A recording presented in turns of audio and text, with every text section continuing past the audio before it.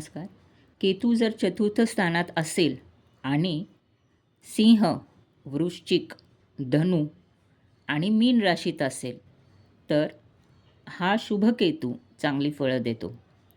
यांना मातृसौख्य चांगले मिळते. ह्यांच्या मातेचा स्वभाव साहसी व करारी असतो व त्याचा ठसा ह्यांच्यावर उमटलेला असतो.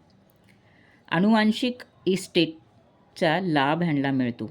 जमीन जुमला, वाहन सौख्य, मित्र सौख्य ह्यांना चांगले लाभते. जीवाला जीव देणारी माणसं भेटतात.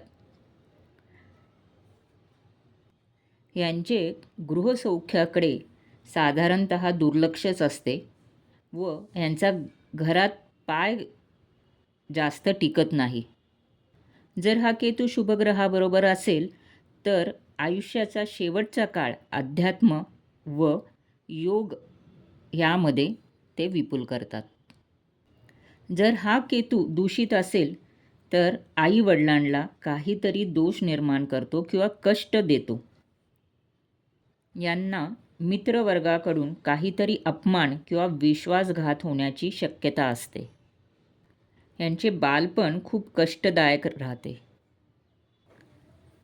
आणि यांना विषारी प्राण्यांची सतत भीती वाटत असते.